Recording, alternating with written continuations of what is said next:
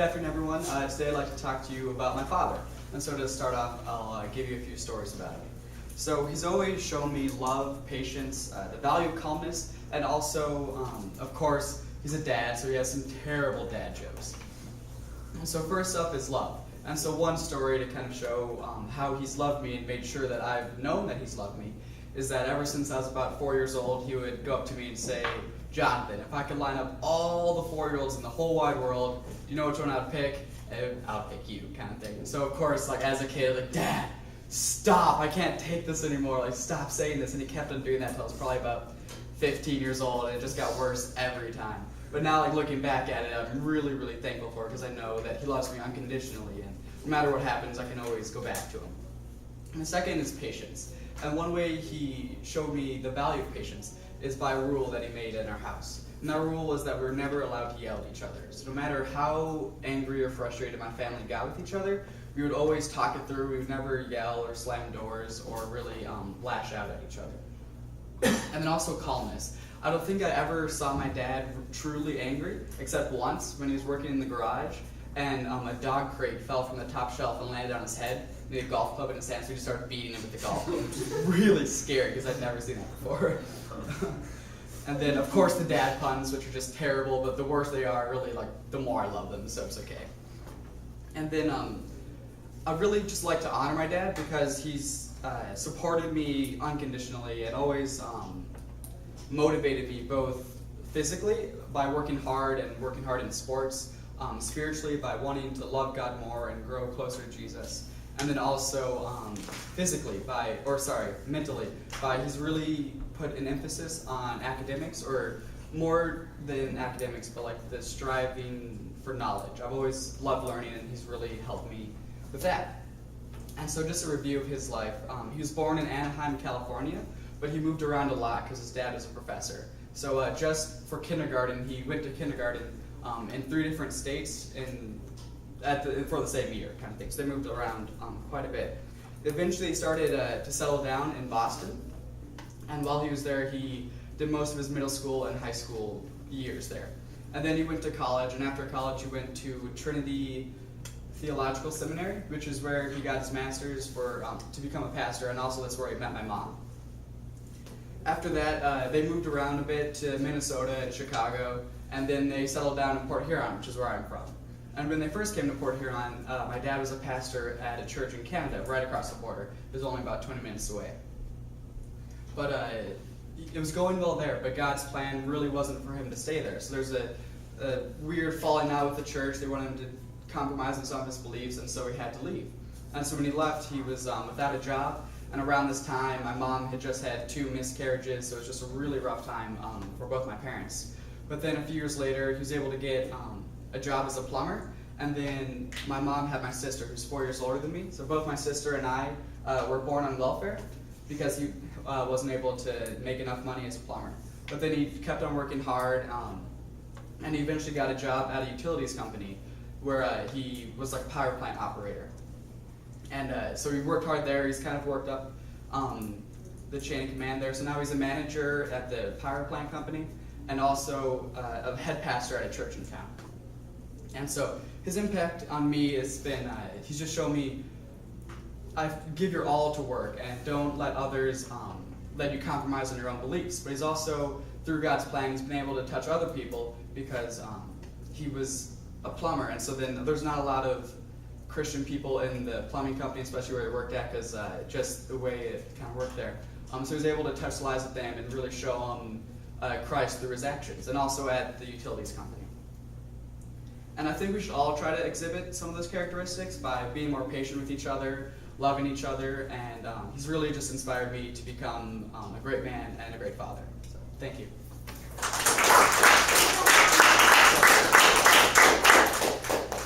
428.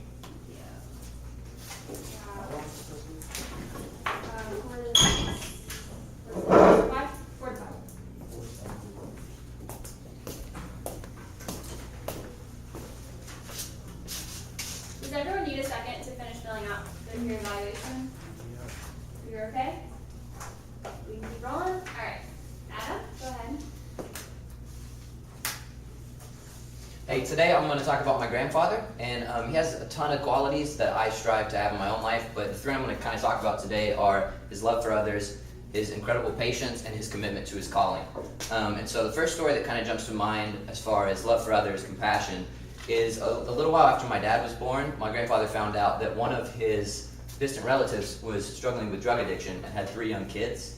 And so my grandfather leaped into action, talked to my grandmother about it, and they adopted those 3 kids and raised them as their own alongside my dad and my dad's older brother. Because my grandfather, which he did throughout his life and he's still doing, when he sees a situation that calls for action, he jumps to action. He never really thinks about it. He wasn't going to allow those children to grow up in an unstable or an unsafe environment, and so he leaped to action. So that's just a really good example of his love and compassion for others. A little bit about him: he was born in 1922. And so most of his young life was the Great Depression, and he grew up the youngest of 9 kids. So both his parents worked, all 9 kids worked, and at most he was eating like 1 full meal a day. So he knew kind of the value of hard work at a young age. He understood what it was like to not have much at a young age, and so he developed a good work ethic and also really tight family bond. You think about 9 young kids all contributing to the family, all contributing to putting food on the table, you're gonna have a really tight bond. He, when he turned 17, he joined the Army because back in those days, it wasn't the greatest system as far as making sure kids were 18, and so he just kind of lied his way into the Army because he wanted to go help the cause in Germany, and he went and he fought in the last year of World War II. He came home after the United States won the war, and he went to Southern Seminary, where he got a master's in theology. Pretty soon after that, he got married and became a pastor, and then was working to get his doctorate in theology while he was pastoring. They had my Uncle Mark, and then a couple years later, his first wife unfortunately became ill, passed away. And then 7 or 8 years later, he met who would become my grandma. They got married, and a few years later, they had my father, and then eventually adopted those 3 other kids. And so 70 years later, he's still a minister. He's the senior adult pastor at a church where I'm from, where he grew up in the metro Atlanta area in Georgia. He has been a senior pastor at a couple different churches. He's been a senior adult minister now, and he's struggling with a lot of health issues right now. He had a stroke recently. He had a heart attack in his 80s, which he's 95 now, so that seems like a long time ago, but in the span of his life, it wasn't that long ago. So, but still, he's now driving again after the stroke. Every day he's driving to hospitals 40 minutes away to check on his congregation, kind of the people that he ministers to make sure, hey, do you know I love you? Do you know God loves you? And he's dealing with a lot of stuff himself. In 2012, my grandmother, my dad's mom, passed away after 5 or 6 year bout with dementia, Alzheimer's. And so that's the story I want to tell now, is kind of about his patience. Near the end, which was really hard on all of us, but especially hard on him, she didn't know who anybody was except for him. She had no idea who her children were. She didn't know who her grandchildren were, but she knew him. And she thought every day, she never knew what day it was, but she thought every day was Sunday because church was her favorite thing. So every day she thought it was church. So every day she would wake up, she would get dressed for church, and she would have her purse on her shoulder. And every morning he would wake up, he would come out, and he would explain to her that it wasn't Sunday, that it was another day, and he would be so patient with her and kind to her and make sure that she was happy and that she was loved on, even in those last days when she didn't really know what was going on. So that's a really good example, I think, of the patience he's shown. And then as far as the commitment to his calling, I've kind of already touched on that a lot. I mean, he's been a minister for 70 years. A lot of people, when they come back from fighting in a war, you'd think, okay, like take a couple of years, take a break. He immediately went to seminary because he knew what he was supposed to do. And I think that's really admirable, just how long he stuck with it. He tried to retire when he was like 75, and it didn't stick because he needs to be helping people. He needs to be out there loving on people. And so that's the thing that inspires me and that I want to emulate, is kind of, he made me want to be a pastor. I remember being 5 years old, listening to him preach and thinking, how cool would it be for me to be standing up there someday doing this exact same thing, telling other people about God. And that was because he set that precedent for me at a very young age. He just showed such commitment to others, commitment to his family, and commitment to his calling. Thank you.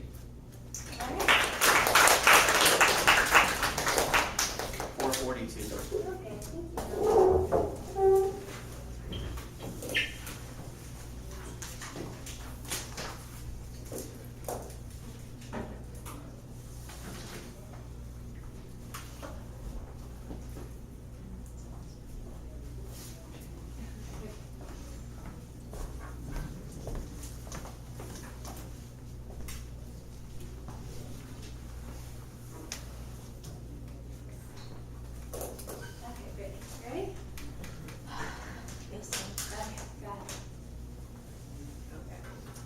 So today I want to talk to you guys about my grandma. So one of the stories that really, that just comes to mind when I think of my grandma is when I was in elementary school. And it was really weird, you know, like I would go there and people would always ask me like, why do you live with your grandma? I was like, that's so weird. Like, how do you know I live with my grandma? Like, that's really creepy, but small town, everybody knows everything, even when you're 5. So they would just always ask me like, why do you live with your grandma? What happened to your mom, your dad, and all that. But a little bit about that, my mom, she's always lived about 10 miles away from my house, my grandma. And I really only saw her maybe a few times a year. And my dad, he's never really been a part of my life. And so like, and right around that time in elementary school, that's when I developed diabetes. So like my grandma had to come on a lot of trips with me. And they were always constantly asking like, why is your grandma here? Like, where's your mom? Where's your dad? And one day I just told them, you know, like, you know, I don't live with them, you know, it's just things going on. That's just the way it is. And, but it really never occurred to me that I didn't have a mother or a father, because my grandma, she was always that person that was there. She provided everything that a mother would, even in ways a father could. So it never really occurred to me that I didn't have that traditional role of a family. So just a little bit of why I'm honoring my grandma today is just that she's always provided for me. She's been that rock for me. You know, everything that I've needed, she's been there to give it to me. Things that I've wanted, I never went lacking for anything. You know, she's just my big supporter. You know, being in college, I had a hard time. I was supposed to graduate last year, and I was just really disappointed. But, you know, she was just there to encourage me just to keep on going. And, you know, I just wouldn't have made it this far without her. And, you know, she's just my best friend. And just a little bit about her. My grandma, she's young. She's 61. She has 3 kids, all girls, and 4 if you include me, which I will. She has 4 grandchildren. All of them are above the age of 19. I'm the oldest, so I'm like, you got really lucky, because, you know, you don't want like a 5-year-old grandchild. Nothing wrong with that, but, you know, being 61, she can get out and do what she wants. You don't really have to worry about like a small child to like come visit her. Yeah, so she went to Nelson County. That's where I went to high school, and she went to one of the first schools that around here that when blacks and whites were allowed to go to school together. So she had to drop out when she was 17 because she had got married to my grandpa, and she got married when she was 17. She had her first child at 18, and she had her last child at 23. But after she had got married, she still got a degree and she went back to school. So I'm really proud of her for that. Just like the impact that she's had on me is that throughout her entire marriage to my grandpa, he had a drinking problem. So he just really wasn't that sole supporter like a man should be for his family. So she had to take up the slack for that. She worked 2 jobs, and the area that I live in, like the mountain is horrible, especially like in the winter. So if you didn't have a car to get up the hill, you had to walk. And the walking shoes that they had, she had to take her shoes off and walk through the snow. So I mean, she's a fierce woman, and you know, it's just that she worked until she couldn't work anymore. She had a job in the nursing home, and then she slipped and fell and hurt her knee. So they had to put her on early disability for that, and then she just got a knee replacement not too long ago. Just really quickly, you know, I wouldn't be the person I am without her. You know, she's just my rock, my best friend, just everything. And I don't know anything I could ever do to repay her for all that. Thank you.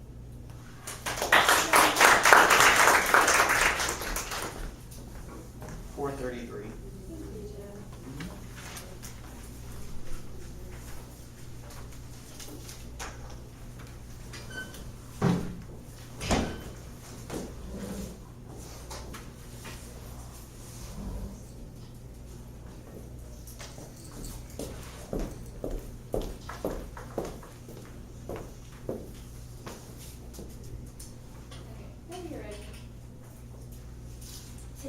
talking about my dad. On February 15th, 1985, my dad and his co-pilot started a practice flight in California as they led 15 aircrafts. As they began to lead the flight, an hour into it, they experienced difficulty with their helicopter. As they knew that they would eventually have to land it somewhere, they looked for a place around them, and there was no place in sight. Now, knowing this, they seemed like it would be hard for them to land the helicopter. But seven minutes later, my dad noticed a mountain in the distance, and they realized that that's where they would have to land it. And in order to land it, they would have to land it on its side, because obviously if they landed straight, then it would blow up and they wouldn't survive. So as they got closer, they were able to land the helicopter safely, and through that, they realized that they would have to get out of the helicopter. Now it would be more difficult because considering that the airplane or the helicopter was landed on the left side, it was hard for my dad's co-pilot to get out. But he was able to use a safety knife and break through the glass and get himself out. As my dad ran away from the helicopter, he looked back and he realized that his co-pilot was still stuck. At that moment, my dad realized that was he going to save himself or would he have to go back and save his friend? And thankfully he went back and he saved his friend. He was able to use his safety knife and his whole entire body and all his strength that he had in him to save him. And they ran off just as the helicopter blew up. Hearing this story, I think of my dad having many characteristics, but 3 things that I see in my dad is that he's courageous, he's brave, and he's selfless. He decided to save his friend where he could have just saved himself, and he realized that he could have just given up of finding a place to land a helicopter rather than just facing the fact that they might not survive. So I'm thankful again that my dad has been saved and has saved his friend. And a little bit of history about him. Obviously, he's served in the Marine Corps for 28 years, and he grew up in a military home. As my grandfather and my great-grandfather had served the military. And so 5 years after he graduated high school, he married my mom, and they lived in New Jersey, and then they had 5 kids, and I'm the youngest. And so, like I said, my dad has shown me many things, and just like he has been courageous and he has served our country selflessly, he's taught me to have that same courage and to have that same selflessness in whatever I do, whatever situations that I face, or what I might be faced in the future. And it's such an honor to have that same characteristics as my dad, because without that, I don't think I would be the same person as I am today. And as I think of in the future, I think of me just growing into those characteristics and being that same person like my dad, I might not serve our country the same way that he did, but whatever area I might serve, whether it's with kids, which is what I want to do, I want to serve with little kids, and or just with the people around me, serving them and to have that same selflessness. And so today, as I end my speech, I would encourage you guys to have that same active courage and selflessness in any situation that you face.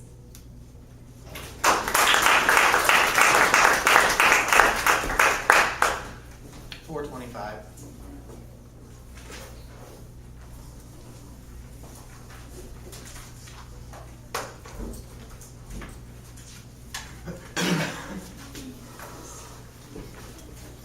Sam, will you hold the? Yeah. Thank you.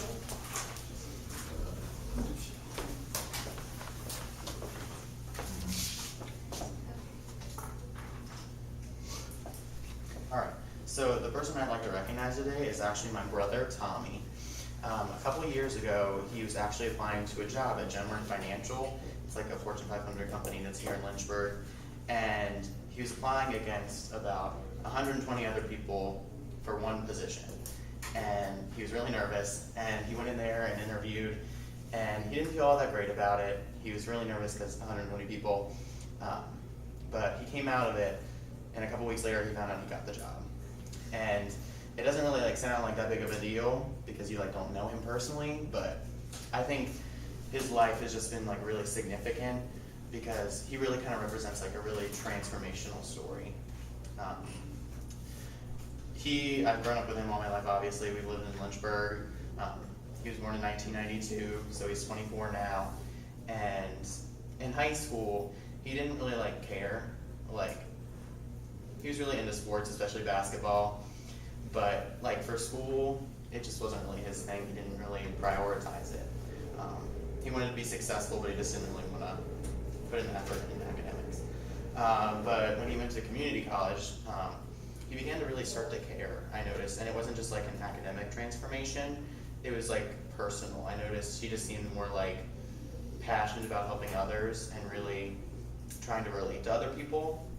And when he transferred to Liberty in, I think it was like 2012, he seemed like he really was just like a completely different person than when I knew him in high school. He graduated in 2014 with his bachelor's in business. He graduated summa cum laude, and then in 2 years he graduated with his MBA with honors. And I just look back on that and think like that's just such like a huge transformation for him, like going from not caring to suddenly being so like involved and really prioritizing education. But now he works in Richmond in Genworth's office in Richmond, and he is financial analyst in their development program, and he's applying for a job at Capital One for their senior financial analyst position. But I know in his life he hasn't just like impacted himself, he's really impacted others. He volunteers at the Boys and Girls Club because education for him has been like really important to him. It's really played a very pivotal role in his life, and so he really tries to advocate to these kids that education is really important even though we don't think it's important.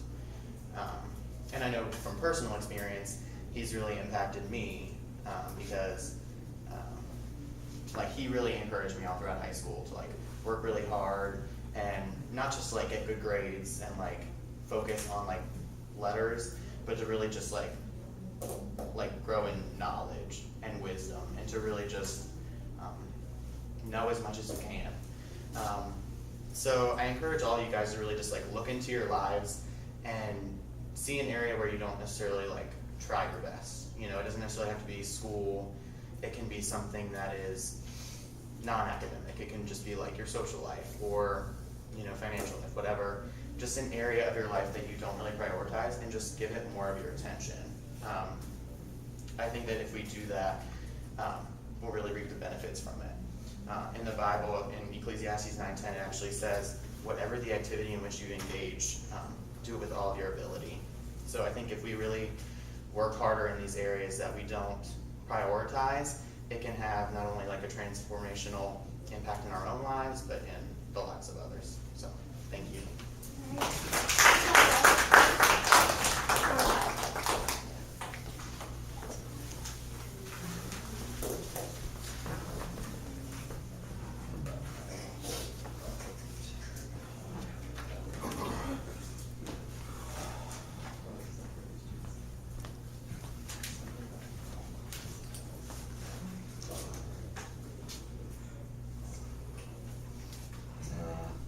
Okay.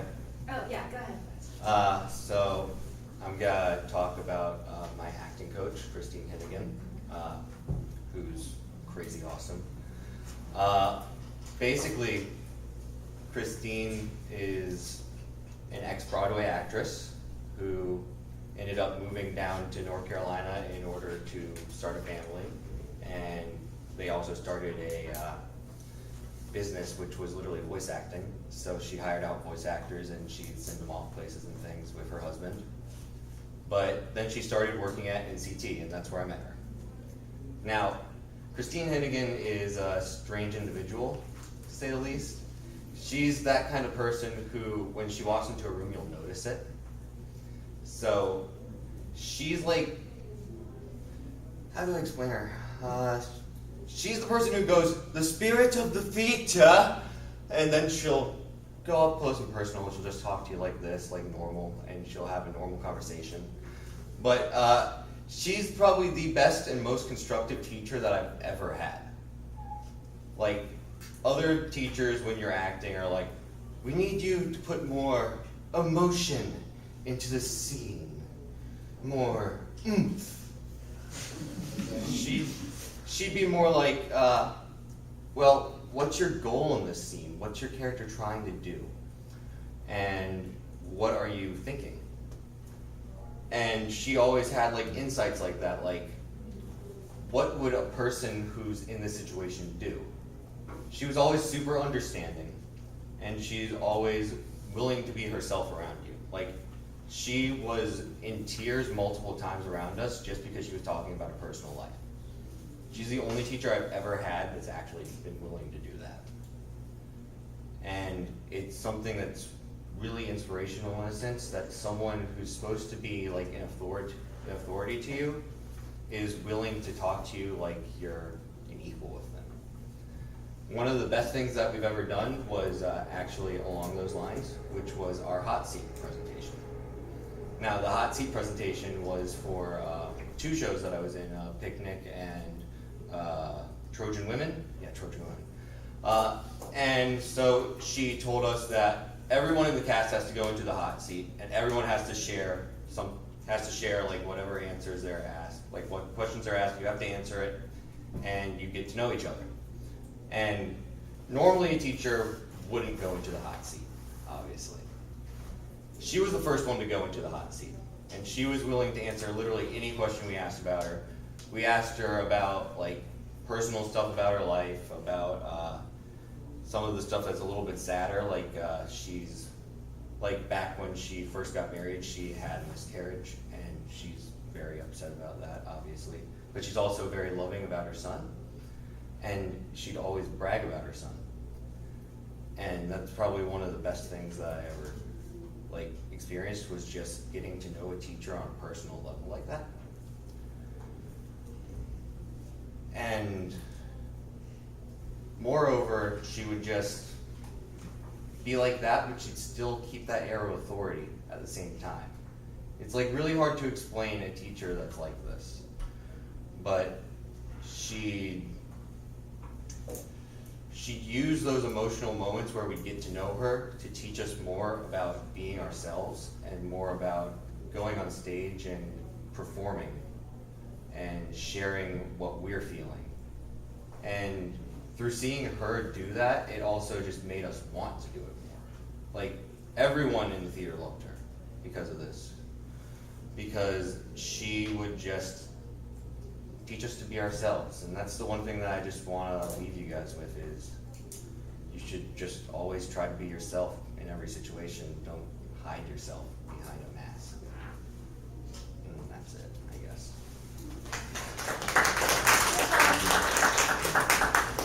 421.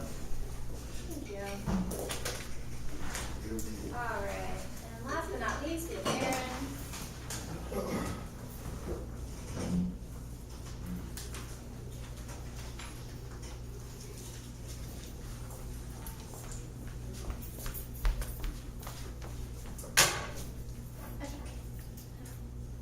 Hello, I'm Erin. I'm going to be speaking about my great-grandmother, Susie, and how she impacted my life. She impacted my life because, I don't know, do you guys have one person in your family who kind of just like brings everybody together? Like, of course. She was that one person.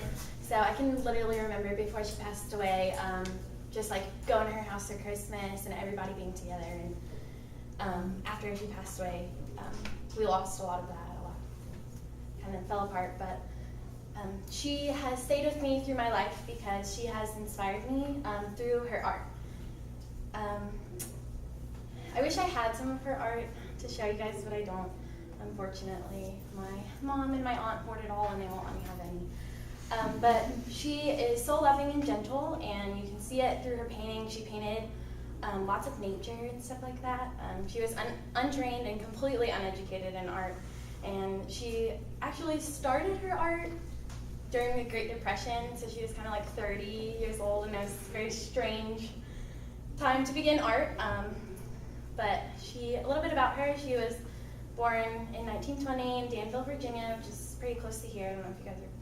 But she was the mother of 3 children, Lee, Jackie, and then Betty Carroll, which is my grandmother. And they all radiate her love, the love that she grew through God and that she gained through painting and just her art. Her impact, she encouraged me to be an artist and to provide light in a dark world. What is art? Art can be anything, really. She encouraged me to try a lot of new things in different styles. We have really, really different styles of art. She's much more of a naturalist, paints real pictures that you guys would probably buy, and I paint on cardboard and paint monsters. So art can be anything. You guys please don't limit yourselves in that. She, like I said, she painted scenes of nature and flowers, and probably one of the coolest things that I think is awesome is she really used a lot of palette knife. I don't know if you guys know anything about art, but this is a palette knife. I'll pass it around. Miss Humphreys doesn't want anybody to get stabbed though, so please be careful. But it's basically a knife, which to me is insane. How do you paint a flower with a knife? I don't know, but she did it. Yeah. So I would just like to, I guess, inspire you guys or call you guys to be more like my great-grandmother Susie, and let your creativity come out in some form. I don't know if you guys remember my first speech. I talked about like nature jars. I think that's a really creative outlet, and I know that all of you guys have one. And for me, it can be going outside and picking up things and putting them in a jar. That does not take very much creativity, but it can be done, and it is awesome. It's very fun, and I think God inspires all of us to do different things or be inspired by different things. But art is a great outlet, and I would like to encourage you guys to find some type of creativity. And if you need help, please let me know, and I will totally help you find one. But thank you so much for listening to me.